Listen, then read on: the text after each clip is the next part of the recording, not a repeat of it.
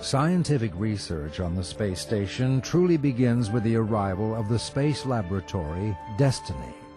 With the interior room of a bus, Destiny can accommodate over 20 scientific racks. Weighing more than 1,000 pounds on Earth, the science racks are guided through the station corridors by fingertip movements until finding their home inside the lab. Just as successful construction of the station is a major event for engineers, the arrival of the science racks marks a major milestone for scientists. Well, it was quite a tremendous moment. Of course, before we got our racks up there, we had done a few experiments, onesies, twosies here, because we had some resources available. And I kind of think of those as the appetizers before you sit down to a gourmet meal. And certainly when the racks got up there, the entrees got served, and we were all sitting down to a feast. Investigators take advantage of the unique environment of space to study fundamental principles of physics, chemistry, and biology. And the station's permanent location in orbit allows more detailed studies over time. We've done a lot of research in the past on the space shuttle, where we're limited to about 2 weeks. There are many chemical and physical reactions and human reactions that we would like to watch for a much longer period of time to see how they play out. We just can't do this in short flights. So on a space station, you can pick the time period you want and continue an experiment for a very long period of time. In Huntsville, Alabama, at the Marshall Space Flight Center, investigators send commands and monitor experiments. The data retrieved can be applied to some very down-to-earth disciplines, from pharmaceuticals to manufacturing, to exploration, and even commercial endeavors. Back on the station, crews conduct research outside of lab racks as well, through a special window in the Destiny lab designed for Earth studies. Here, middle school students can become scientists too, through EarthCam, a small remote-controlled camera mounted at the Destiny window, which allows student investigators to photograph our world, posting the results on the internet for public viewing and use.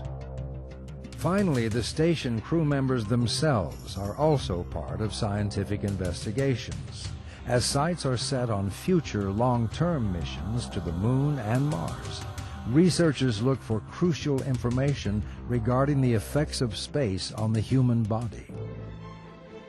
Humans permanently living on the station begins in October of 2000 with the arrival of Expedition 1, consisting of U.S. Commander Bill Shepard and 2 Russian cosmonauts, flight engineer Sergei Krikalev and Soyuz Commander Yuri Gidzenko. The crew carried out the important task of bringing the growing outpost to life. During their stay, important traditions were also established. Permission granted. Endeavour departing.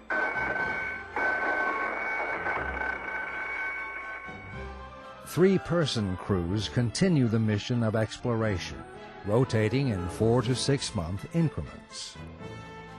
Despite leaving family and friends behind, Expedition 2 flight engineer Susan Helms found day-to-day living in space to have some unexpected benefits. We had lots of things we could turn our attention to any hour of the day, and we often did that. In fact, we often gave up weekends to do extra data takes for science, for example. We liked being busy. Now, it was easy to be busy because you're not distracted up there by the noise of life. There's no cable TV, there's no internet, there's no phone mail or beepers or cell phones up there in space. We didn't have any of that, and actually being on space was the most stress-free 6 months of my life as a result.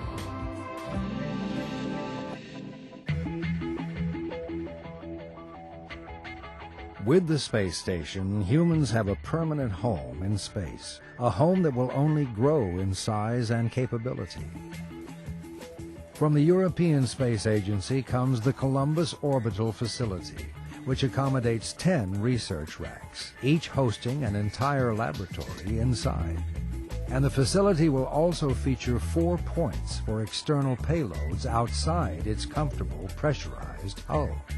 ESA is also hard at work on the automated transfer vehicle, which will make regular deliveries of experimental equipment, spare parts, and other supplies to station crews.